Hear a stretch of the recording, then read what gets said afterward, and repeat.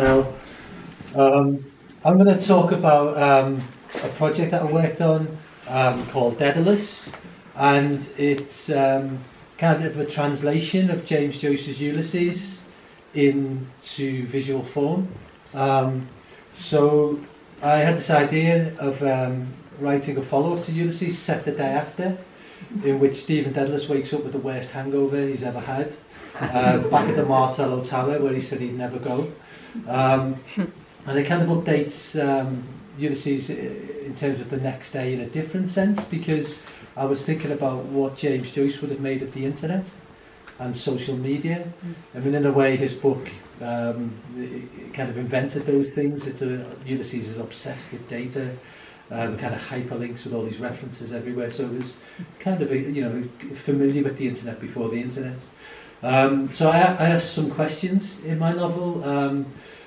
Did Stephen have a punt on the Gold Cup and actually win and not tell anybody? Did he revisit the prostitute in Montauk to whom he owes money and pay her back? And does he return to the boys' school he teaches them to teach for another day? After all, the day after Ulysses is a Friday. And the running joke in my novel is constantly thought about by Stephen, which is yesterday was an uneventful day, but today something might happen. So looking at Ulysses, I was quite surprised. I always imagined it. I've been obsessed with this book since I was about 17. I've always imagined it to be more visual than it is on the page, but actually that's not where Joyce's concerns are. James Joyce's concerns are with sound and musicality of language. So I wanted to move Ulysses into a visual version, if you like, a post-concrete poetry version. And I think, concrete poetry, visual poetry has a natural home in the novel. And maybe that's where the next big audience will come from. I'm thinking of Tristram Shandy, Lawrence Stern, and the black page in that book, and all these kind of visual elements. My publisher set me another challenge. He said, now you've written this book, you need to go away and write some notes, which will be like T.S. Eliot's The Wasteland. So I thought about that. I thought, I'll give it a go. And I ended up writing these notes, which are actually about 1980s computer gaming. So if you can see the first slide, we'll see this is what David Hennigan, the publisher, came up with for my notes, which move Stephen Dedalus and Leopold Bloom into the world of 1980s computer gaming. You can probably see Stephen Dedalus in this kind of virtual vitrine somewhere walking around Dublin. So I translated the Aeolus section of Ulysses, where Leopold Bloom goes to the newspaper offices, and it's very windy and text is blowing around everywhere. In my version, it becomes this next image, which plays with this question. Leopold Bloom wants to ask the editor for an extension on his advertisement. So the question is at the heart of that. But also it plays around with this idea of whether Leopold Bloom and Molly Bloom will reconsummate. Will they have another child? We can only ask, of course. In James Joyce's Wandering Rock section, there's 19 episodes set around Dublin, all happening at the same time. For me, that brought to mind Twitter straight away. So I searched on Twitter for references to Dublin, and I got following.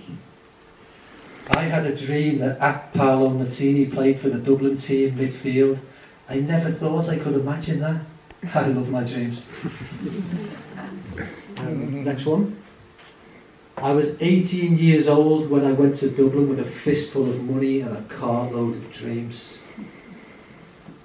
Final one. Flying home for Christmas, tears of joy and laughter as Irish troops touched down in Dublin. And I'm sure some of you remember in the Cyclops section of Ulysses, there's an anti-Semitic character at the heart of that. Leopold Bloom can see things from many angles, but there's a Cyclops character who sees things in a very singular way, very blinkered way. And in my book it became the following image, and the next one, so they slowly get smaller in the book until there's nothing left of the citizen.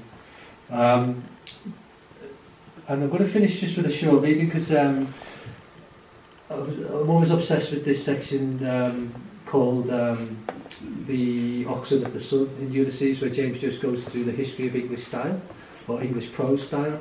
And there's a birth happening, so as the gestation and the birth is happening, we see prose gestating and being ready to give birth into this novel that James Joyce has written.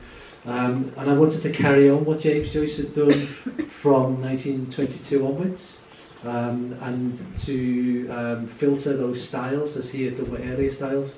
And the most interesting one was translating or updating or reversioning Emma McBride, who wrote A Girl as a Half-Formed Thing. And she said when she wrote that in an interview, she said, reading Ulysses changed everything I thought about language and everything I understood about what a book could do.